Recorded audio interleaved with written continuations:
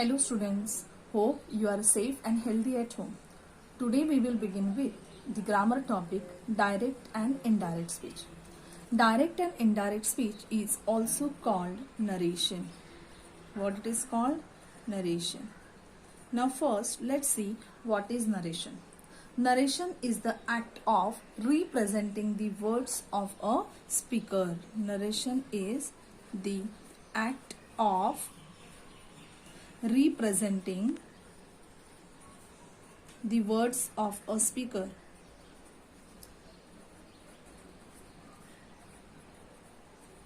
That is how you are representing the way a person has spoken. There are two ways of narrating. First is direct speech. The other one is indirect speech. Now let's see what is the difference in direct and indirect speech.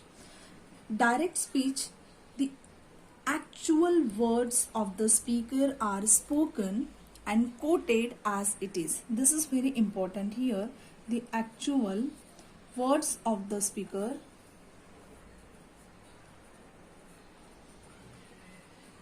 which are quoted as it is. This is very important. And the words which the speaker had spoken are enclosed in double inverted comma. This is called direct speech. But in indirect speech, the actual words of the speaker are transformed and they are not enclosed in double inverted commas. In fact, they are written in a very simple language. Is that clear? Okay, now let's see with the help of the example. Example is, she said,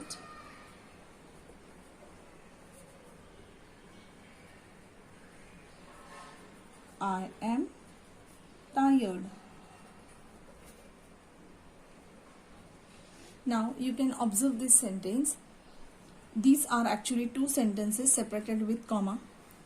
This side sentence of the comma is called reporting verb. Alright, and the sentence which is written in double inverted comma is called reporting speech. Now see, these words are written in inverted commas are actual words of the speaker, spoken by the speaker and written as it is. There are no changes. But when we convert this sentence into indirect speech, this is what? Direct speech. When we convert this into indirect speech, what changes we are making is, she said that she was tired. Now here we made few changes. What are the changes? The change is this and this. Alright.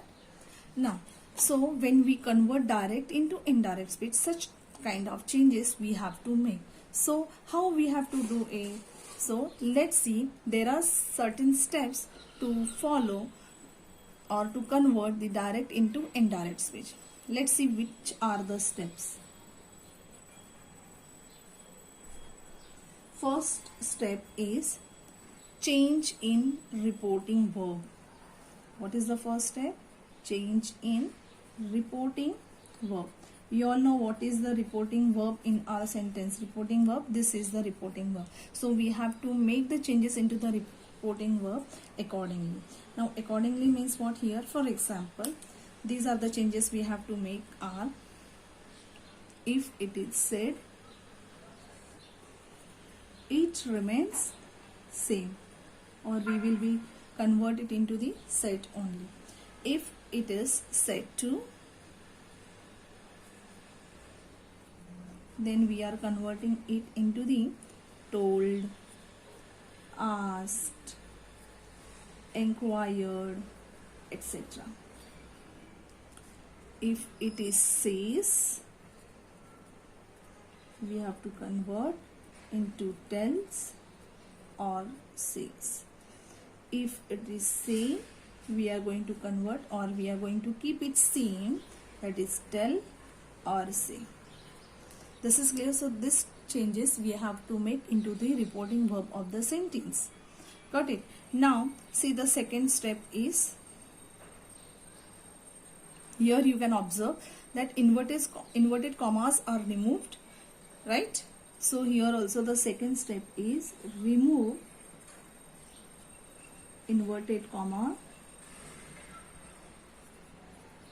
and instead of that, what we have done to join these two sentences together, we have used conjunction that. What we have done? So use conjunction. Now one more thing, students, that we cannot use the conjunction that for all type of sentences. We are using conjunction that only when you are reporting speech is a declarative sentence or an exclamatory sentence. Got it? When we can use conjunction that only in case of declarative sentence and exclamatory sentences. We have already studied the types of sentences previously, so you might be knowing which are the types of sentences, right? So for the other imperative sentence, interrogative sentence, we are going to use the another conjunction that we will see in detail later on. So the third step is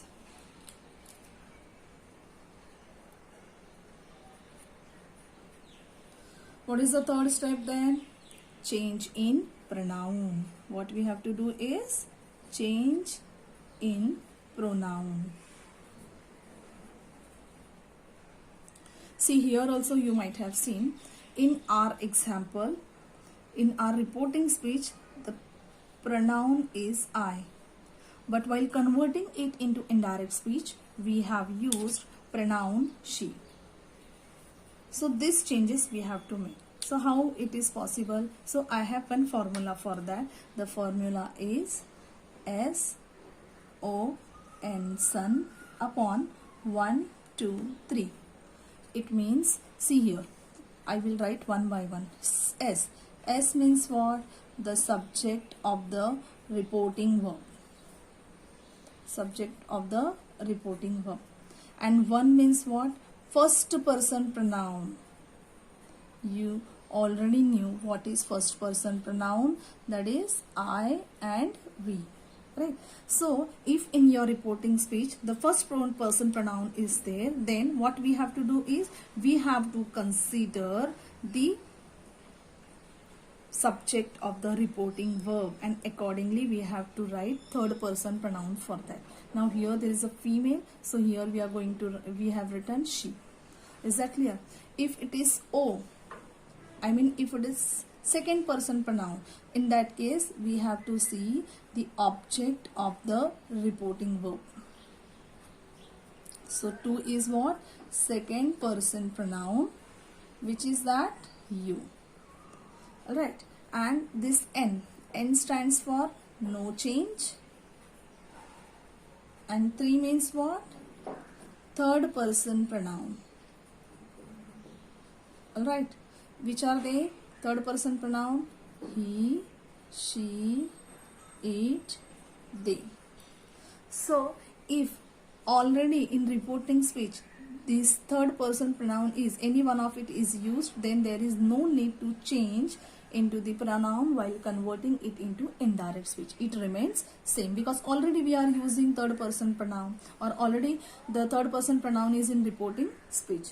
Is that clear? Third step is clear to you all? Okay. The next step is the very important step to convert direct into indirect speech is change in tense. Change in tense. Now what kind of changes we have to make in the tense of the sentence, that also depend on your reporting verb. See, if your reporting verb is in past tense, then only we have to make the changes into the tense of the reporting verb.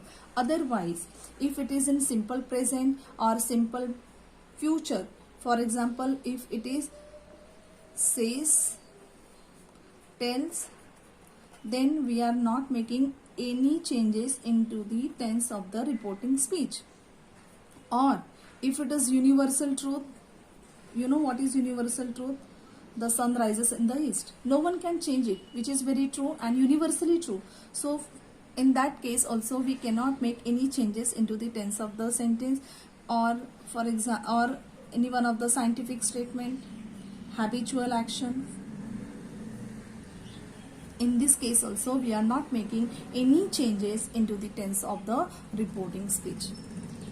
But if it is in past tense, then definitely we have to make the changes, like simple present to simple past, present continuous to past continuous, present perfect to past perfect. The whole chart I will give you, or the table I will give you or send you later on. So this way we have to make the changes into the tense of the sentence. The next one is, and that is also very important, change in time and place. When we convert the sentence from direct into indirect speech, this also we have to change. Now what is time and place? Time means, for example, if it is today, while converting it into indirect speech, we are writing that day. If it is tomorrow, while converting into indirect speech, we are writing the next day. There are so many time and places words are there which we need to change into indirect speech. And place, here, there, this, that. All of you understood these changes? Okay. So we will do one thing, we will solve the example so that you will come to know what exactly it is. Okay, how we can